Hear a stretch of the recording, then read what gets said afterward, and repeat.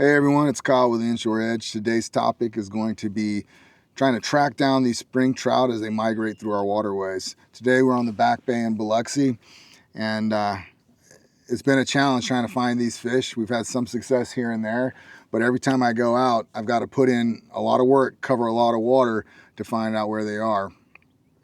And then hopefully you find them soon enough to be able to catch a few before it's time to go. So in any case, we had a good day today. We did find them. There's lots of lessons that I'm hopefully able to impart for you during this video you're going to see here shortly. It's a little different. Same concept, trying to find these migratory trout as they work their ways from our bayous and bays out front into our Mississippi Sound, but also some different lessons than the previous videos. So follow along, like, subscribe on YouTube, and enjoy the show.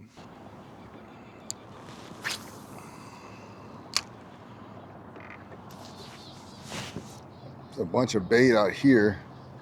It looks like there's like bigger fish, kind of suspended almost. There he is. There he is. Not a big one.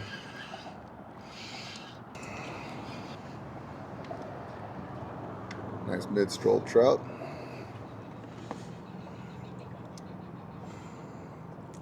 $15.5.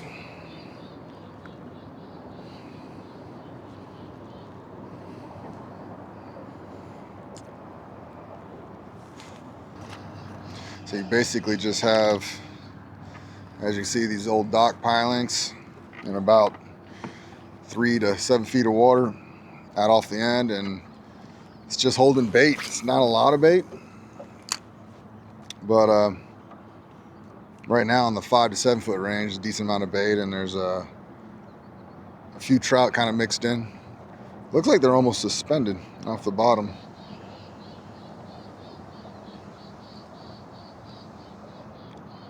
Just kind of using these pilings for current breaks. My son just caught a 16 or 17 inch. That was a 15.5 inch I just caught. So a couple keepers. See, there's more in here.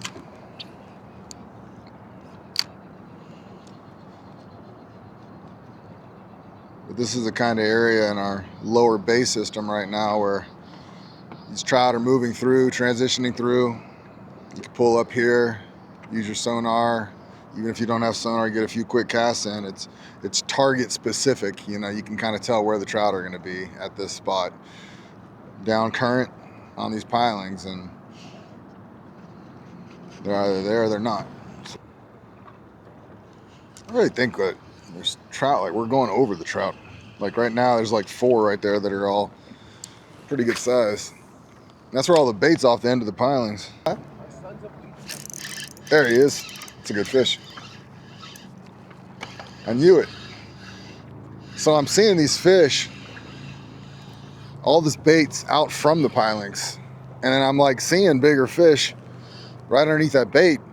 You know, it's just not totally intuitive to be like, oh, maybe I need to cast away from the pilings, you know. And great example, believe what you see. If you see it, that's what's going on.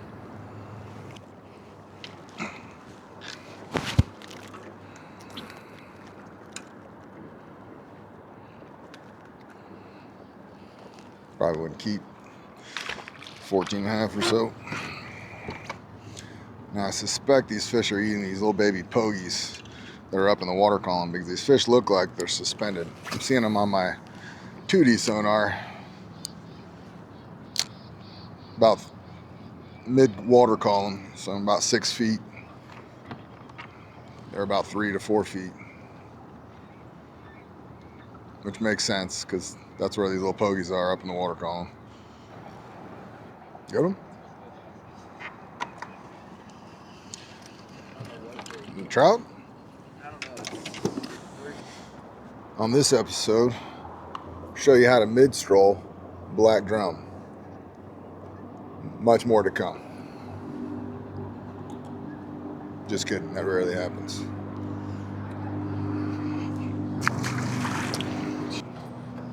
One of the topics I want to mention is using your electronics, your sonar, in my case side scan, down scan, to get in the general area of where fish are. So what I mean by that, I've talked about trout transitioning, and they're making their way from our bayous and our bays out front into our Mississippi Sound. And they move fast. It's very hard to keep in contact with them, keep up with them. And so this morning I went out to some of those outer areas out front, so outside the bay, just outside the bay, looking, and really we didn't catch anything, and we didn't really see much in the way of bait, life, that kind of thing.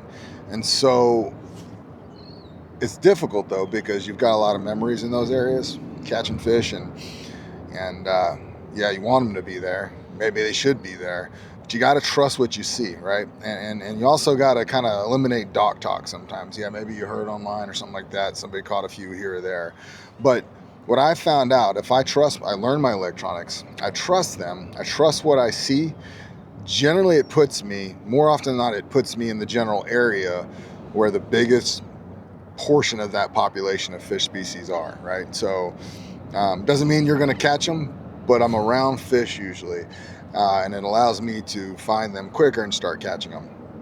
It also gives you a good idea of where the majority of the fish in the transition are. Like I said, they move in waves, and when they get spread out, there can be some here, some there, but there are a large percentage of that population that's doing something similar. And so right now we're working our way into the mouth of our bay system. And sure enough, we caught a few keepers. They are spread out, but I'm going to stick, just like my electronics showed me this morning, more bait, more fish, kind of in the lower part of the bay and not out front. And I'm going to trust what I'm seeing, trust what we've been able to catch a few, and I'm going to keep working that area, trying to catch more. So there's one. Oh, that's a nice trout. Yes, sir. Doubles. Doubles. You want to go in too? No, it's fine.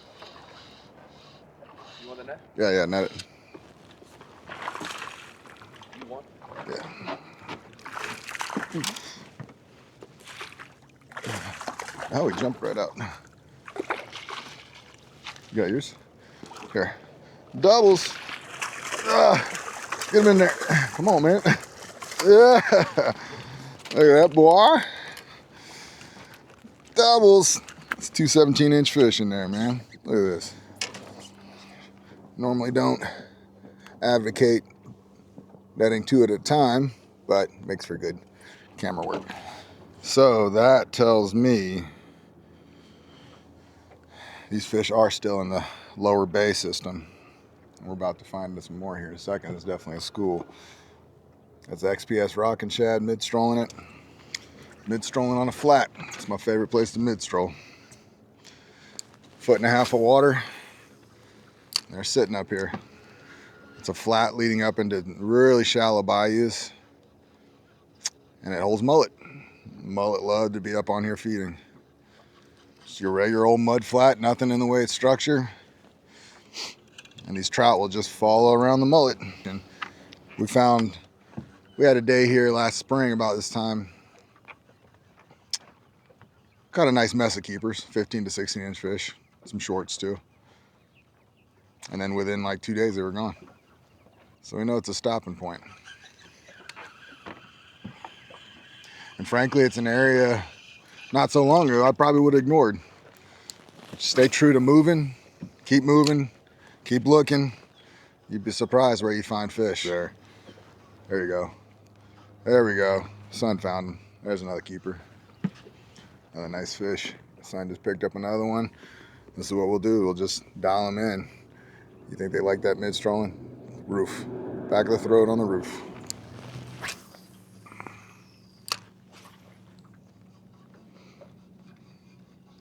There it is. He smoked that one on. Woo! It's a good trout there. Good trout. We'll need the net on this one. Unless it's a red, but either way, I'm here for the fight.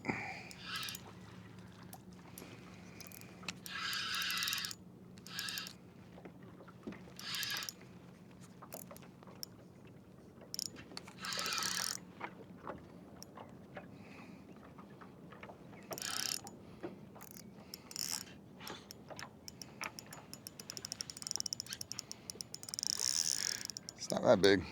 Keeper though. Just strong. God, it's a strong fish. Damn. Maybe I hit him. Maybe I hooked him underneath the chin or something. I don't know why he fought so hard. Nice keeper. Fought like he's a 4-pounder. So another thing, spring transition, trout are on the move. The trout are on the move. That means you got to be on the move too. You got to. I think today we are at 11 o'clock. We started about 7, just before 7. This spot right here is our ninth spot today, 9th, 10th spot, or area where we fish. We found a couple here and there, and now we've come onto a spot where it's pretty dang good. We're actually catching pretty good quality fish. But if I took my time, kind of hoped and wished certain areas would bring fish in the boat, I would have never came here. I just wouldn't have had the time today. So again, the why of these trout being here, why are they here? Big flat, decent amount of mullet on it, and it's shallow right now. So gives them a fairly good opportunity to snag a mullet. They can lay on the bottom, mullet passes by, that mullet's within striking distance just based off depth. Not much water in this water column. So when I'm on a flat like this and they're very spread out, you'll see in the video I'm looking down at my graph a lot. That's me staring at the side scan. There's another one. Looking for anything that looks like a fish. I'm looking for mullet, and I'm looking for anything that looks like a trout. When you got big mullet and even keeper size trout like this one, a lot of times they'll look the same on side scan. It doesn't matter, cast to that. You keep doing that, it helps you dial in where they are. And even if you can't dial in exactly where they are because they're so spread out and they're moving around on the flat, it still makes you more efficient from the casting perspective. Another keeper.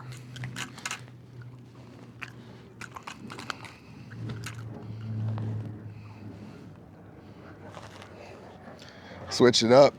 He tore up my XPS rocking shads. I put on Texas Custom Lures, fork tail minnow. They love that too. These 5-inch Midstrolling baits on a flat. Hard to beat. I have my side scan set at a range about 100 feet either way. So very effective, very useful when you're on the flat to have that range out. The broader your range, the less detail you get, but I'm not looking for detail. I just want to see something that looks like a fish, and then I'll cast to it. Especially on a big mud flat like this with really no structure. Really anything you see is fish for the most part, because there's really nothing else other than an occasional log or something like that. Now we had kind of 2 patterns present itself today. There it is. All right, another one. We had 2 patterns present itself today. We found a few on docks. But the other day, we had a flat similar to this, not this one, but another one that goes into a little bayou, produced a few fish. Not many, but just a clue. One was a good one, 20 inches and a couple keepers. And so we kept that in mind today. And you'll see in the video, I was talking about staying on dock patterns, but we also checked out at a flat that was similar to the one we learned about. And sure enough, boom, we got fish on the flat. The smaller one, probably a little short, maybe 15. Doesn't matter, we ain't keeping nothing. I know I give you all a lot of information, and I'm gonna continue to do that. That's just sharing my mind when it comes to fishing, the things I think about when I'm out here. But also keep simplicity in mind, meaning focus on the why. That's what I really want to impart on y'all. Every time I make a video, every time I catch fish, the why. Why are these fish here? Focus on that why. That'll help you locate fish in your area. And the reason being, because that why is similar wherever you are for these species. Whether you're on flats in Texas, flats in Mississippi, or flats in North Carolina, a bayou in any of those 3 states. Trout are going to do the same thing. They're going to find food. And the food, well, the food's also all the same. Mullet, menhaden, et cetera, shrimp, they all do the same thing. So focus on those whys, and what'll happen, you'll remember those whys. You'll start to learn, you'll start to make sense to you, the food chain out here. You'll start thinking about it when you're out here. And you'll start going to those areas. You'll start looking for them. You'll start catching fish there. Next thing you know, That's just how you think when you come out here. So keep it simple, step by step. You don't have to eat the whole cake at once. And also give me feedback. You know, if you would like me to explain things a little differently, feel free to ask. I'm teaching the best way I think that I know how, but that doesn't mean it's the best. Big. Good fish. That's a good fish. That's a big trout there. No, it's not. Gosh, man, these fish are strong. It's a maybe 17-inch fish, and he's just, this is what I'm talking about. Their metabolism is just peaked right now. Oh, it got off. 70, I mean, that's a 17-inch fish fighting like a dang 3-4 pounder. He got off. That was a funny hit. Usually they get a thunk when you're mid-strolling. They feed up and they just inhale it. That was kind of mushy and weird, just like loaded up, and sure enough, maybe it was on the outside of his mouth or something like that. I love this. Every time I stumble upon a bunch of trout on a flat, it causes me to think back just in the past year and a half, 2 years, where that piece of the puzzle when it comes to trout fishing has really come together for me. In a nutshell, if you were to watch our trips as we got better and better at trout fishing, the commonality would be more and more often we're on flats or we're in shallow water. I used to think very incorrectly about that. I used to kind of turn my nose up at anything less than 3 feet, and I would look for deeper water and structure, and I'd catch trout, no doubt, but I had no idea what I was missing out on. And so again, another takeaway for you guys. You see that big flat off the channel, and even if it's intimidating, say it's like 4 or 5 football fields, you know, several acres, get up on there, spend the time, look for them. You will be rewarded, and it will click when you see it. And when you find those fish, it'll be like, oh, light bulb moment. And I promise you, you'll have no problems getting on those flats anymore. But yeah, they can be intimidating. It's a lot of open water, a lot of featureless open water. But if it's got mullet on it, go looking for trout. Y'all, my son just got his first heavy hitter. Check out this fish. Oh my gosh. Look at them loins.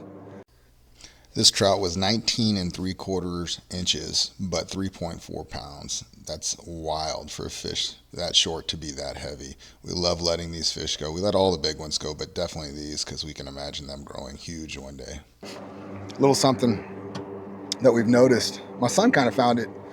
We have these new Texas Custom lures, J. Watkins series, fork-tail, mid-strolling baits. Great colors.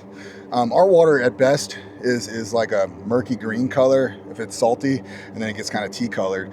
He's been throwing this color a lot, and it's almost the same color as our water. And when you look at it, you can see it, but it's kind of almost camouflage. For me, that's kind of counterintuitive. I'm not using bright colors, but I am using natural colors that contrast a little bit better. Just kind of like a mullet would show up in green water. You can tell it's a mullet, you can see its colors. But they have been crushing this thing. So keep that in mind. Maybe match the watercolor a little bit, because we ain't gonna stop throwing that until they prove otherwise. Hey y'all, just gonna give you a little summary, a little breakdown of the video you just saw. So as I mentioned in the video, we spent a lot of time looking for these fish. We were in the back bay, Biloxi, and so we started out more towards the mouth of our back bay, out where it meets the Mississippi Sound, in hopes that maybe we would find some of these trout that have made it out that far.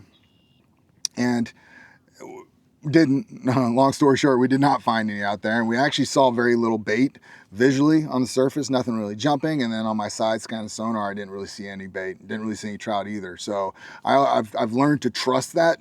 You get a feel using your senses, your visual senses, and what you can see on your sonar as to what kind of life, what kind of food chain is present in any given area. So we left that after about an hour and a half, started working our way back up the bay, looking for patterns. Found a few nice fish on the end of some dock pilings in current, had a little bit of bait there, but that didn't really pan out. We weren't able to find good numbers. And so sure enough, we just started working our way onto a flat, because we had a previous trip about a week ago where we were also on a little flat that goes into a real shallow bayou. We didn't catch a bunch of fish by any measure, but my son caught a 20-inch fish, and we caught a couple keepers. And so we kind of stored that away, that kind of in the same general area, we'd say lower part of our back bay on a flat into a small bayou, caveat, tons of mullet there. That's always the key. And so we went looking for that. We were like, well, let's look on these flats and we'll see if we can kind of build on what we learned the other day. And sure enough, it was a flat that we had success for about a day or two on last spring.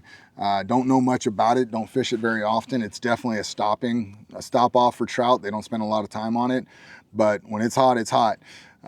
Full of mullet right off the bat, and sure enough, had trout sitting all amongst the mullet. No giants. My son did catch his first heavy hitter. It was a 19 3/4 inch fish. You'll see in the video, it is a hog. It has some loins on it, and it weighed 3.32 pounds, which is unusual for a fish less than 20 inches, but she was so fat. Just a pleasure to let her go. I have no doubt that fish will get really big one day if it survives.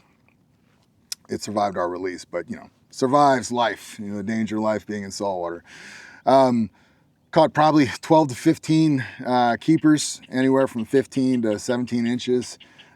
Pretty much everything was mid-strolling.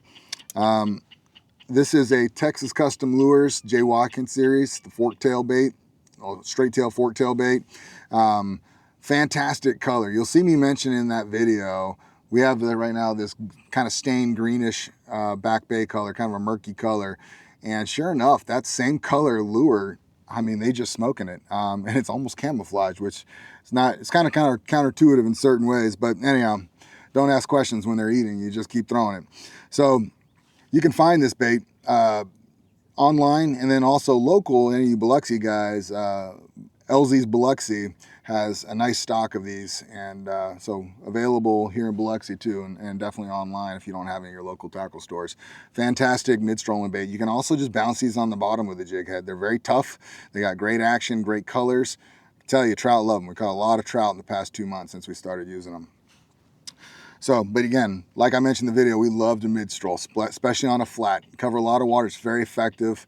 It's very effective around when trout are keyed in on mullet. When they're just laying up next to these mullet, just waiting for a mullet to swim over and make a mistake. Duplicating that with a mid-stroll is just very effective. And you can tell the way they eat it, the way they thump it, and the way it's at the back of their throat almost every time. It just makes sense. So anyhow, hope you enjoy the video. Again, appreciate you watching all these.